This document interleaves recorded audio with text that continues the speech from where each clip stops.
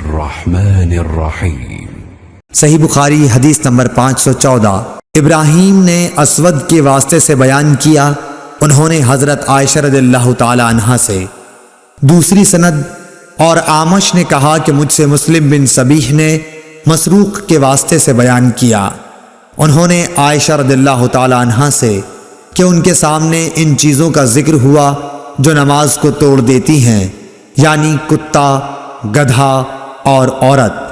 اس پر حضرت عائشہ رضی اللہ تعالی عنہا نے فرمایا کہ تم لوگوں نے ہمیں گدھوں اور کتوں کے برابر کر دیا، حالانکہ خود نبی کریم صلی اللہ علیہ وسلم اس طرح نماز پڑھتے تھے کہ میں چارپائی پر آپ کے اور قبلے کے بیچ میں لیٹی رہتی تھی، مجھے کوئی ضرورت پیش آتی اور چونکہ یہ بات پسند نہ تھی کہ آپ کے سامنے جب کہ آپ نماز پڑھ رہے ہوں بیٹھوں اور اس طرح آپ کو تکلیف ہو، اس لیے میں آپ کے پاؤں کی طرف سے خاموشی کے ساتھ نکل جاتی تھی۔ اللهم صل على محمد وعلى آل محمد كما صليت على إبراهيم وعلى آل إبراهيم إنك حميد